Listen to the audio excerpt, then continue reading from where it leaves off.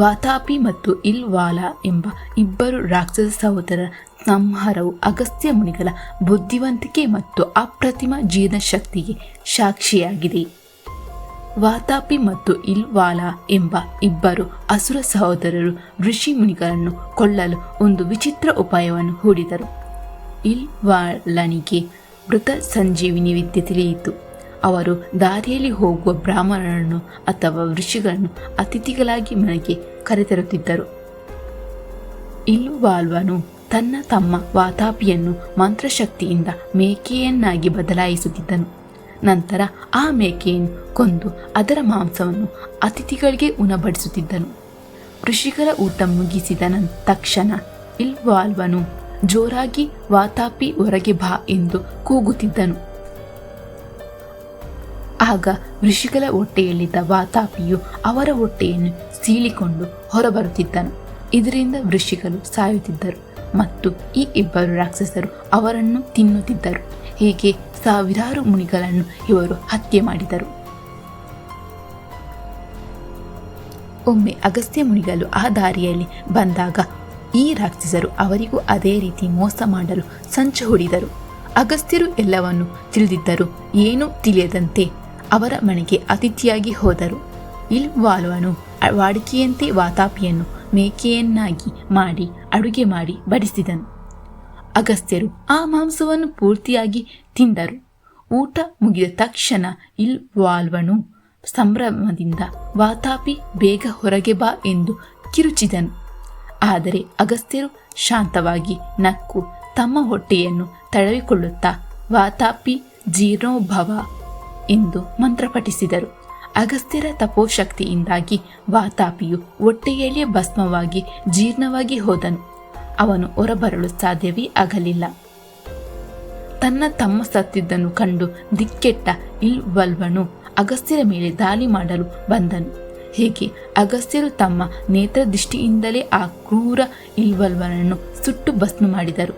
ಹೀಗೆ ಲೋಕಕ್ಕೆ ಕಂಟಕವಾಗಿದ್ದ ಮಾಯಾವಿ ರಾಕ್ಷಸರ ಅಟ್ಟಹಾಸ ಕೊನೆಗೊಂಡಿತು.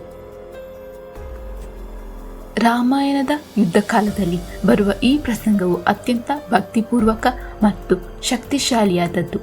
ರಾವಣನೊಂದಿಗೆ ಸುದೀರ್ಘ ಯುದ್ಧದಿಂದ ಶ್ರೀರಾಮನು ದಣಿದಿದ್ದಾಗ ಅಗಸ್ತ್ಯ ಮುನಿಗಳು ಪ್ರತ್ಯಕ್ಷವಾಗಿ ಅವನಿಗೆ ವಿಜಯದ ಹಾದಿಯನ್ನು ತೋರಿಸಿಕೊಟ್ಟರು.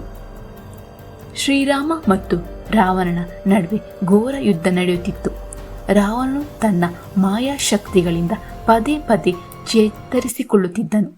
ಸತತ ಯುದ್ಧಗಳಿಂದ ಶ್ರೀರಾಮನು ದೈಹಿಕವಾಗಿ ಮತ್ತು ಮಾನಸಿಕವಾಗಿ ದಣಿದಿದ್ದನು. ಶ್ರೀರಾಮನು ಚಿಂತಾಕ್ರಾಂತನಾಗಿ ನಿಂತಿದ್ದ ಆ ನಿರ್ವಾಹಕ ಕ್ಷಣದಲ್ಲಿ ದೇವತೆಗಳ ಕೋರಿಕೆಯ ಮೇರೆಗೆ ಮಹರ್ಷಿ ಅಗಸ್ತ್ಯರು ರಣರಂಗದಲ್ಲಿ ಪ್ರತ್ಯಕ್ಷರಾದರು.